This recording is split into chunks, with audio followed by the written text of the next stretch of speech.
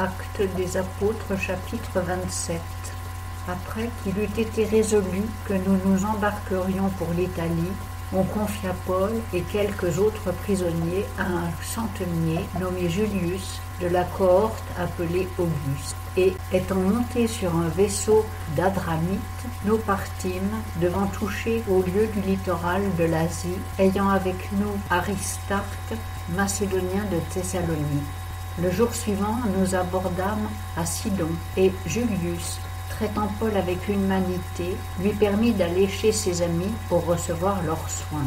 Puis, étant partis de là, nous naviguâmes en dessous de l'île de Cypre, parce que les vents étaient contraires.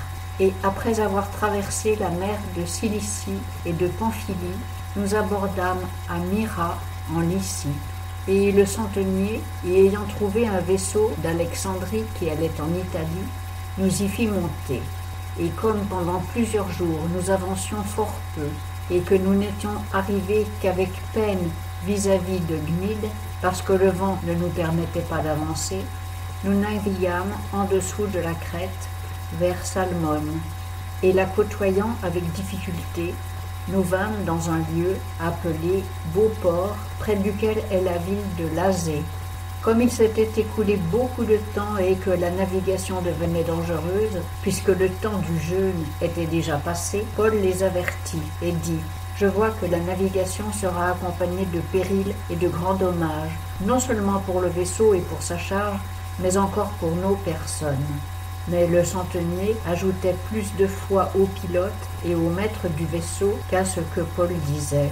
Et comme le port n'était pas propre pour hiverner, la plupart furent d'avis de partir de là pour tâcher de gagner Phénice, port de Crète, qui regarde le vent d'Afrique et le nord-ouest, afin d'y passer l'hiver.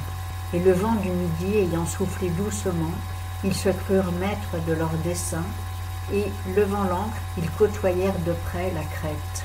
Mais peu après, un vent impétueux qu'on appelle Euroclydon se déchaîna contre le rivage.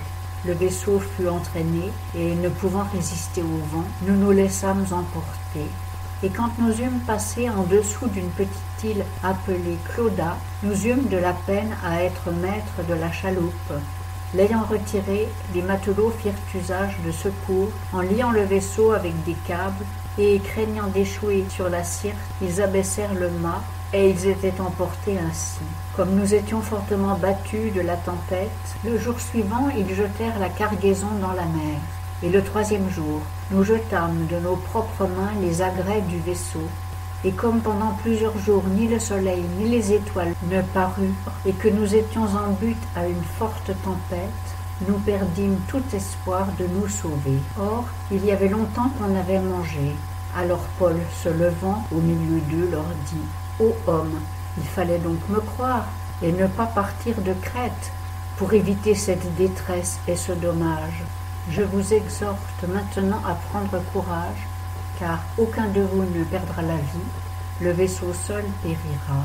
Car un ange du Dieu, à qui je suis et que je sers, m'est apparu cette nuit et m'a dit « Paul, ne crains point, il faut que tu comparaisses devant César, et voici, Dieu t'a donné tous ceux qui naviguent avec toi.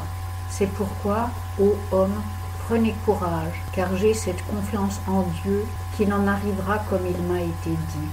Mais il faut que nous échouions sur quelque île. »